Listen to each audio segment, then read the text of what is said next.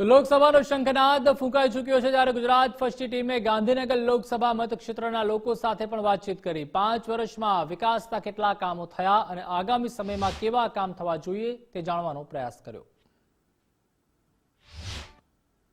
લોકસભા ઇલેક્શનનું રણસિંગુ ફૂંકાઈ ગયું છે ને આપણે ગાંધીનગર લોકસભા વિસ્તારના યુવાઓ જે છે તેમની સાથે છીએ અને જાણીશું તેમની પાસેથી ઘણા એવા લોકો છે જે પ્રથમ વાર મતદાન કરવાના છે ને યુવાઓનો જે વિચાર શું છે મતદાનને લઈને જાણીશું આપણે યુવાઓ પાસેથી।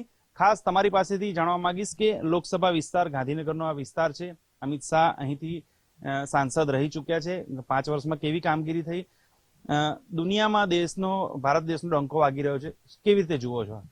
આપણા દેશના યશસ્વી વડાપ્રધાન શ્રી નરેન્દ્રભાઈ મોદી અને દુનિયાના સૌથી લોકપ્રિય નેતા એવા વડાપ્રધાન શ્રી નરેન્દ્રભાઈ મોદીજીએ છેલ્લા 2014 થી આઈને 2023 સુધી ભારત દેશનો વિશ્વમાં ડંકો વગાડ્યો છે અને ભારત દેશનું નામ રોશન કર્યું છે અને ભારત દેશને 2047 સુધી વિકસિત ભારત અને વિશ્વગુરુ બનાવવાનું સપનું છે, જેમાં ભારત દેશના 135 કરોડ દેશવાસીઓનો સંકલ્પ છે ભારત દેશને વિકસિત ભારત બનાવવાનો।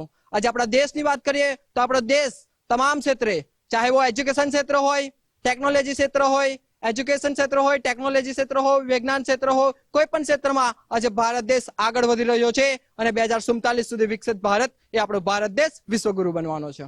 ચોક્કસથી વિશ્વગુરુ બનવાનો છે તેવી નેમ અહીં યુવાઓમાં પણ છે। ખાસ આપને પૂછવા માંગીશ કે જે રીતે યુવાઓ માટે જે શિક્ષણની વાત હોય કે પછી આરોગ્યલક્ષી વાત હોય, દેશના વડાપ્રધાન કેવા હોવા જોઈએ, યુવાઓ માટે તમે શું કહેશો?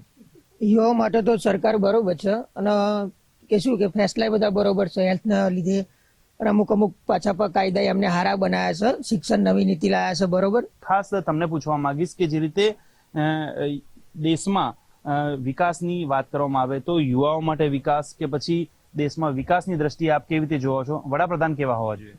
વડાપ્રધાન તો સારા જ હોવા જોઈએ, સારા જ પોસ્ટ એવી છે કે ત્યાં જઈને માણસ સારું જ કામ કરે।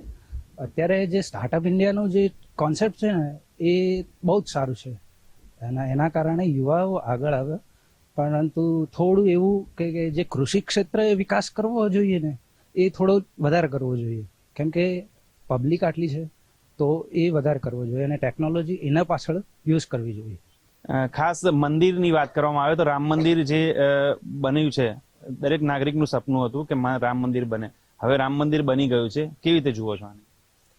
દરેક નાગરિકનું વર્ષોથી સપનું હતું કે રામ મંદિર બને, જે હવે બની ગયું છે, તો એક અદ્ભુત ફિલિંગ છે એની માટે, અને એની સિવાય પણ ધાર્મિક ક્ષેત્રે સારા કાર્યો થઈ રહ્યા છે। તો યુવાઓનો પણ એક જોશ છે કે વિશ્વગુરુ ભારત દેશ બને, પરંતુ તેના માટે અમુક જે સૂત્રો છે, અમુક નિયમો પાળવા પડશે અને યુવાઓ પણ અહીં ઉત્સુક છે ઇલેક્શનને લઈને અને સરકાર કેવી હોવી જોઈએ, ઉમેદવાર કેવો હોવો જોઈએ તે અહીંના જે યુવા મતદારો છે તેમને પોતાના મંતવ્યો રજૂ કર્યા છે। કેમેરામેન અંકિત દવે સાથે સચિન કડિયા, ગુજરાત ફર્સ્ટ, ગાંધીનગર।